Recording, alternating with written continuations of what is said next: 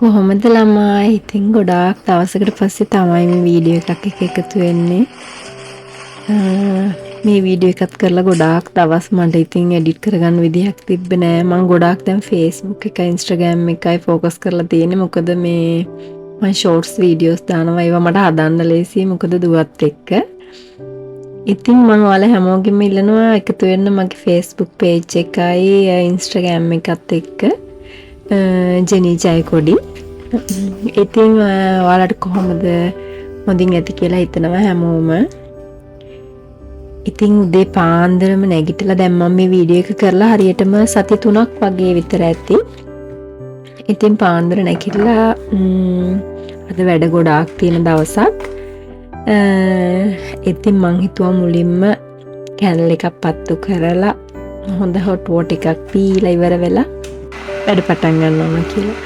ඉතින් වීඩියෝ එක ඉවර වෙනකම් මාත් එක්ක ඉන්න. අද මම වැඩ ගොඩාක් කරනවා. ගෙදර කුස්සිය කිචන් එකේ ඕගනයිසේෂන් වගේක් තියෙනවා. ඒවා කරනවා. අනිවාර්යයෙන්ම වීඩියෝ එක ඉවර වෙනකම් මාත් එක්ක ඉන්න ඕන.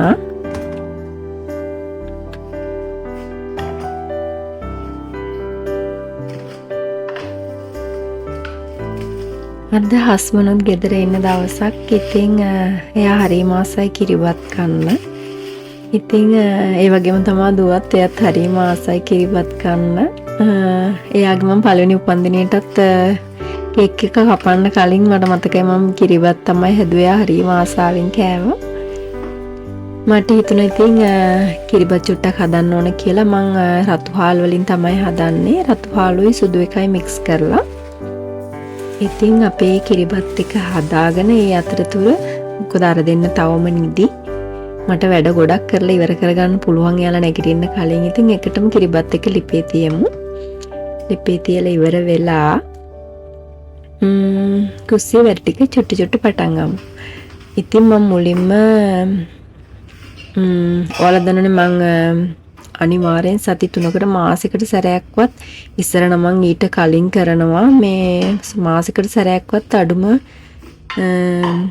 මංගේ 3-5 දාලා තියෙන්නේ බෝතල් මං ක්ලීන් කරනවා.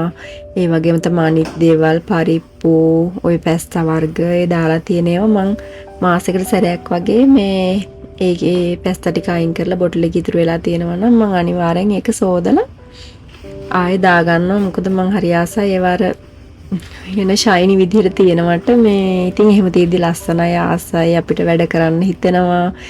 කිචන් එකේ මොන හරි දෙයක් කරද්දී උනත් මන්ද මොනනම් හරිම ආසයි මේ විදිහට මොන හරි දෙයක් ගද්දී ඒක පිරිසිදු පිළිවෙලට තියෙද්දි හරියම ආසාවක් දැනෙනවා. ඒ කියන්නේ අපිට කෑමක් හදන්න උනත් පුදුම තරම් ආසාවක් දැනෙනවා. අනිවාර්යෙන් ඔයාලත් මේ විදිහට කරලා බලන්න. මේ ඒකේ ලොකු වෙනසක් තියෙනවා. ඉතින් පරිප්පු තියෙනවා, කජු තියෙනවා.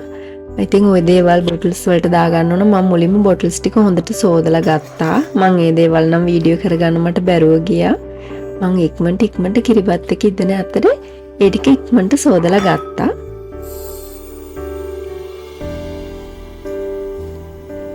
දැන් මම මේ 3-5 ටික තමයි දාන්නේ. මුලින්ම අබ ටික දාගත්තා ඔය විදිහට. ඒ කියන්නේ මගේ අර ලොකු බොටල්ස් වගේක් තියෙනවා. ඒ කියන්නේ 3-5 දාන පොඩි ඒවට අමතරව මම කඩෙන් ගත්තට පස්සේ මේ පැකට් එකේ තියෙන කි ලොකු බොටල් එකේ තමයි දාලා තියාගන්නේ. මම ඒක උඩම කබඩ් එකේ තමයි තියාගන්නේ. එතකොට මට හැමතිස්සෙම පේන හින්දා මම දන්නවා මොනවද ඉවර වෙන්නේ කිට්ටු. එතකොට මට අඩු ගන්න යද්දි ලේසි මම දන්නවා. මොකද නැත්තම් පැකට් වලම කොහේ හරි පෙට්ටියක හරි කොහේ හරි දාලා තිබ්බොත් ඊට පස්සේ මට මතකත් නැතු වෙනවා. මොනවද තියෙන්නේ මොනවද ගන්න ඕන ඒ දේවල් මටත් අමතක වෙනවා. මොකද ඉතින් අපි හැමතිස්සෙම කොළුවෙම තියාගෙන ඉන්නේ නැහැනේ. ඉතින් ඔය විදිහට තමයි මම මේ 3-5 බෝතල් වලට දාගත්තේ. මම මේක කරන අතරතුර මම තව දෙයක් කියන්නම්. අනිවාර්යෙන් අපි දැන් මොනවා හරි කෑමක් හදද්දී 3-5 යූස් කරද්දී අනිවාර්යෙන් පොඩි හැන්දක් තියාගන්න. එක හැන්දක් හරි කමක් නැහැ යූස් කරන්න. මොකද අර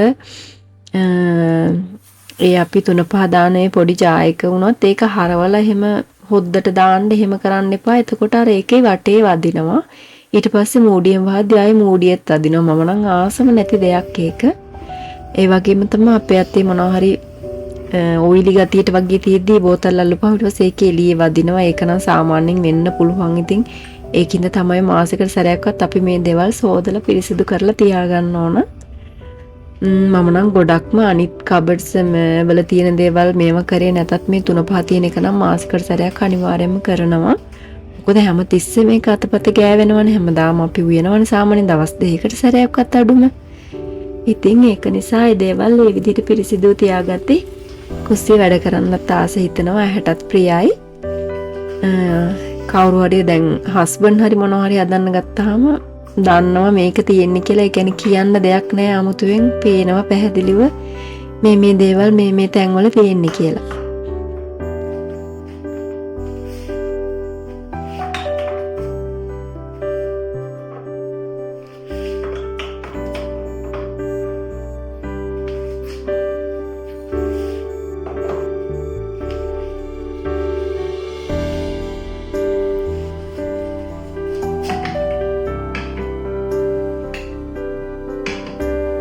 ඉතින් 3-5 ටික නම් මම බෝතල් වලට දාගත්තා. දාගත්තට පස්සේ ওই විදිහට තමයි තියෙන්නේ.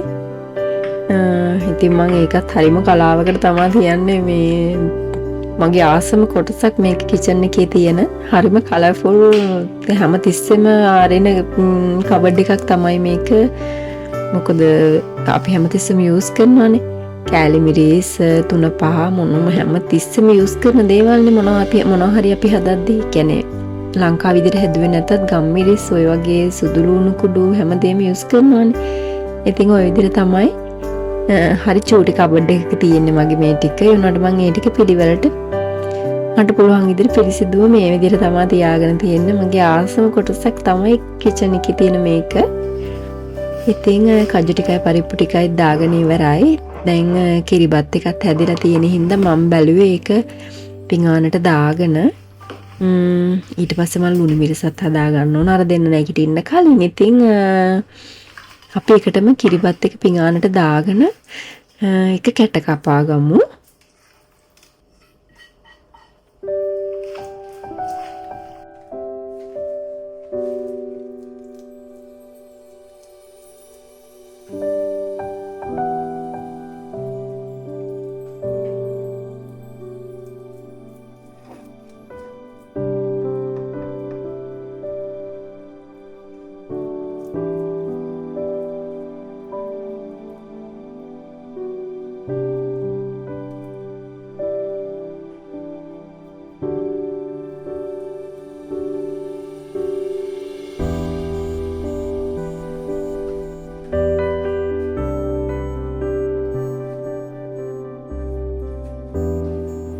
කිරිබත් එක නම් හරි. ඉතින් පරිප්පු ටිකයි වියලි මිරිස් කඩල පරිප්පු තව කව්පි වගේ දේවල් ටික ඔය විදිහට තමයි බොටල්ස් වල දාන. සමහරලාට මම මේවා කබඩ් එකක් ඇතුලේ තියාගන්නවා. සමහරලාට පොඩ්ඩක් එළියට ගන්නවා.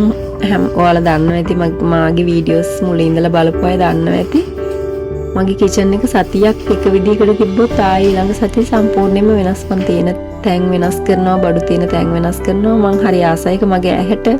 ඒතර මට හරිම නැවුම් බවක් දැනෙනවා. නිකන් හැමතිස්සෙම අලුත් බවක් දැනෙනවා. ඉතින් දැන් අපි වැඩ ගොඩක් කරා. මං ඇත්තටම ගොඩක් වැඩට කරා. මේ උදේ කිරිබත් එක හැදුවා. දැන් මේ 3-5 බෝතල් සෝදලා කරලා ඉවර වෙලා ඒ ටික ක්ලීන් කරලා දාගත්තා. දැන් මම මේ ලුණු මිරිස් හදන්න තමයි යන්නේ. ඊට පස්සේ තව අපිට රස කෑමක් හදන්න තියෙනවා. අපි එකටම ලුණු මිරිස් හදාගෙන ඉමු.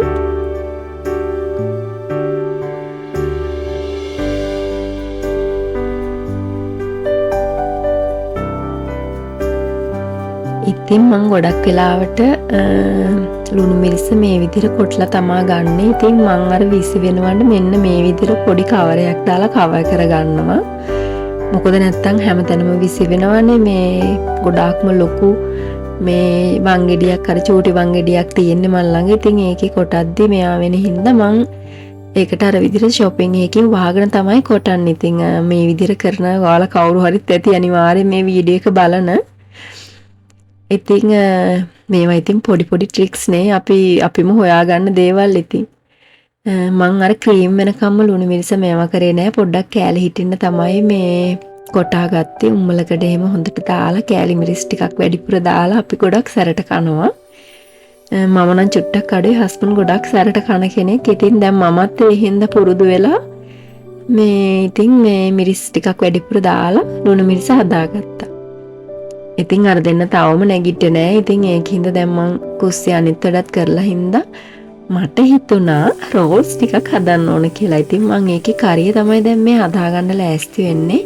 කරියත් ඉක්මනට හදලා අපි ඉක්මනට රෝල්ස් ටිකක් හදාගමු එහෙනම්.